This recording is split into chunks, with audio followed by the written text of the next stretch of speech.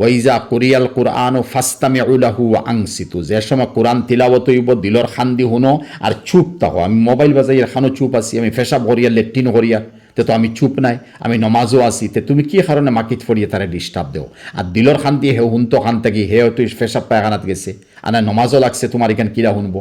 এর লাগি তুমি মানুষের গুণাগার বানাইবে না। কিছু জায়গাত বাৎসরিক ওয়াজ হয়, খালি ফজর হইল আবো বেইল উঠার 10-15 মিনিট আছে বেটির নমাজও, বেটা সুরা ইয়াসিন মাকিত লাগাইছে, আর সরের সুরা ইয়াসিন তাল্লা এলা হারিয়ানা টান দি আর খুব সুন্দর করিয়া তুমি না দেখানিত লাগো, মানে সুরা ইয়াসিন পড়ার কেল মসজিদের ভিতরে পড়ো, তুমি হয়তো সারা বছর সুরা ইয়াসিন পড়ো না, আর যেমনি ওয়াজ শেষ হইল মসজিদও মাকি তাকে হালো গেলে সুরা ইয়াসিন। কিছু মানুষ অর্ডার দিলেন এ সুরা ইয়াসিন আরম্ভ করো, আরে ভাই সুরা ইয়াসিন আরম্ভ করো, তুমি একজনের সব লড়াই তাও দিলর খান্দি হুন্ডায় না গফ করডা, এটা দেখি আমরা গফ করো মোবাইলও বাজাও, আরিবে সূরা ইয়াসিন চলের।